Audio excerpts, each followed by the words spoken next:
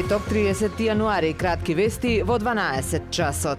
За една недела во Охрид регистрирани се 113 заболени од грип, покажуваат најновите податоци на Институтот за јавно здравје. Веќе втора недела се бележи намалување на бројките на ново заболени, но сепак во Охрид се бележи висока активност на вирусот на грип. На државно ниво се регистрирани 1708 случаи, од кои најголемиот дел се во возрастната група од 15 до 64 години. Надлежните велат дека и покрај намалување на бројот на заболени, се уште е многу рано да кажеме дека сме го надминале пикот. Можно е да се имплементира One Stop системот и со Албанија пред почетокот на летната сезона, како што тоа веќе функционира со Косово и Србија, најавија министрите за внатрешни работи на Македонија и Албанија. Со тоа ќе се заокружат државите кои што не се дел од Европската унија со еден побрз трансфер на граѓаните, што ќе го намали чекањето на нашите граници. Меѓу двете земји воспоставен е заеднички контакт центар за полициска и царинска соработка, како дополнителен механизам за побрза и поефикасна координација и заедничко делување во справувањето со прекуграничниот криминал, нелегалната миграција, трговијата со дрога и другите безбедносни предизвици.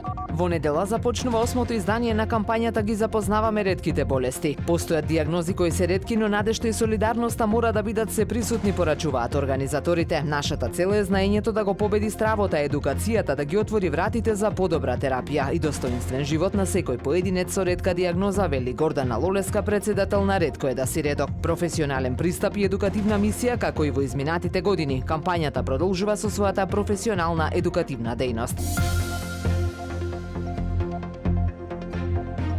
Времето денес умерено облачно, ќе дува умерен северозападен ветер, максималната температура во Охрид до 7 степени. Повеќе информации на ohridpress.com.mk.